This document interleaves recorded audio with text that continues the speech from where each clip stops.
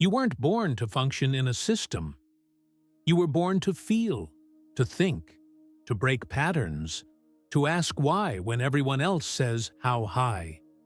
But somewhere along the line, they taught you to smile at your own exhaustion, to call anxiety ambition, to accept invisible rules, chase validation from people who don't know your name, and obey structures that don't even know you exist. This isn't just modern life. This is a cage wrapped in routine. Kafka saw it. Long before social media, burnout, or fake self-care, he wrote about people who woke up one day and realized their life didn't belong to them, that their identity was stitched together from expectations, that their value was measured only by how well they performed, not by who they really were. That's why his stories aren't just stories. They're mirrors. They don't comfort. They expose. You don't read Kafka. You meet yourself in his pages, stripped bare. Take the trial. Joseph K. wakes up one day and finds himself arrested. No one tells him what he did. No crime, no explanation. Just procedures, judgment, endless questions with no answers. And the more he seeks clarity, the more the system twists itself around him. Sound absurd? Or does it sound familiar? How many times have you felt guilty? For reasons you couldn't name? Judged by people who offered no path to redemption? Punished by a system, school, work, society, that only cares if you show up on time, not how you feel when you do? Kafka's genius wasn't exaggeration. It was precision. His horror is quiet. Paperwork instead of monsters. Empty corridors instead of battlefields. But the fear, the pressure, it's all there. And it's real. Now, here's the part no one wants to admit. You might be Joseph K. right now, living inside rules you didn't write, following scripts you didn't choose, smiling at a life that doesn't feel like yours. You check your phone, reply to messages you don't care about, go to a job that feels like performance art, have conversations that never scratch the surface. You keep saying, "I'm fine," because silence is easier than truth. But who are you really when no one is watching? That's the question Kafka throws in your face. And it burns. Because maybe, just maybe, you've never had the chance to answer it honestly. Not because you're fake, but because no one ever gave you permission to be real. Here's the part that shakes people. In Kafka's world, the suffering doesn't come from evil. It comes from indifference. No villains. No dramatic betrayal. Just systems that don't care if you break, so long as you function. And here's where it hits hardest. The moment you start blaming yourself for not keeping up, you internalize the failure. You turn the cage into a mirror.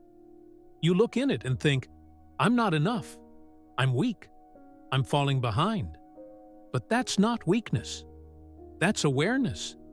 That ache in your chest? That's your soul trying to come up for air. Psychologists today call it existential burnout, a state where the roles you play no longer fit the person you're becoming. Carl Jung called it inflation of the persona, when the mask becomes the identity, when your real self is buried under layers of what you think people want. The symptoms are everywhere: chronic apathy, endless anxiety, a feeling of floating through life without touching anything real. But here's where the shift begins. That pain, that discomfort, it's not a glitch. It's the signal. It means there's still something inside you that's awake. Because the truly lost ones, they feel nothing. They call the numbness peace and pretend it's enough. You haven't given up yet. That's why you're here.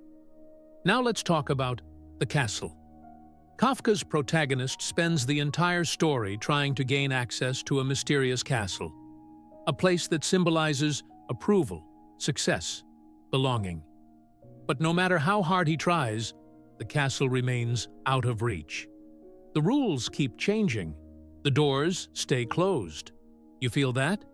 It's like chasing success in a world where the goalposts keep moving. Trying to be enough for people who never tell you what enough even means. And over time, something insidious happens. You start blaming yourself for not being able to break through. You think, maybe I'm not working hard enough. Maybe I'm the problem. And that's how the system wins. Because the real trap isn't just the maze. It's the moment you start believing that your inability to escape it means you deserve to be stuck.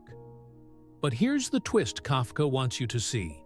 The castle doesn't exist. Not in the way you think.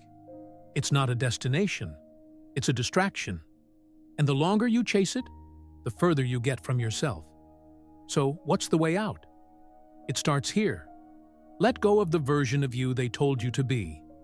Not slowly, not gently. Burn it down.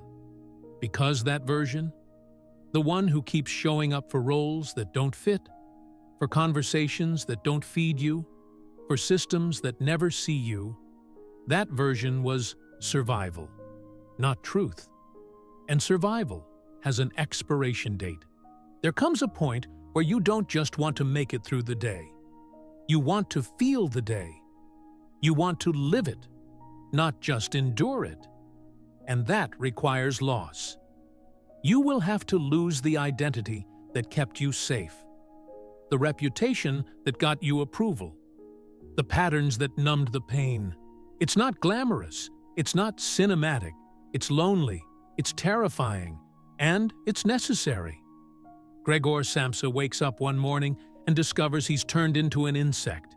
No reason, no buildup, just the transformation. Most people think Metamorphosis is strange, surreal, maybe even absurd, but that's because they're still reading it with their eyes. You have to read it with your gut. Gregor didn't just turn into a bug. He became what he had been feeling for years. He'd been treated like a thing, used for what he could provide, ignored when he needed something back. He was the model worker, the perfect son, the silent sufferer. Always there, never seen. Until one day, his body finally matched the truth. He wasn't a person anymore. He was a role, a function, a utility. And when that function stopped working, so did everyone's affection. This is what Kafka reveals in the most brutal way. People will say they love you, but often they love how you serve them. And when you stop serving, when you stop performing, when you show up with pain, confusion, boundaries, silence, they don't know what to do with you anymore. Gregor becomes grotesque, not because he changes, but because he finally shows his real self. And that's what makes everyone recoil. It's not the insect they reject. It's the truth. This is what Jung called the return of the shadow. Everything you repressed to be liked, everything you buried to be accepted, finally coming back. And it never comes back quiet. It crashes through the walls. It wrecks the false peace. It demands to be seen. And here's where most people panic. They think something's gone wrong, but it hasn't. That moment, when everything starts to fall apart, that's exactly when something real can begin. Because transformation doesn't start with light. It starts with a breakdown. You'll question your identity. You'll feel like a stranger in your own skin. You'll want to crawl back to the roles that felt safe. Don't. Let the collapse happen. Because the version of you that's crumbling was never you. It was who you became to survive. Let the monster speak. Let the pain rise. Let the numbness crack.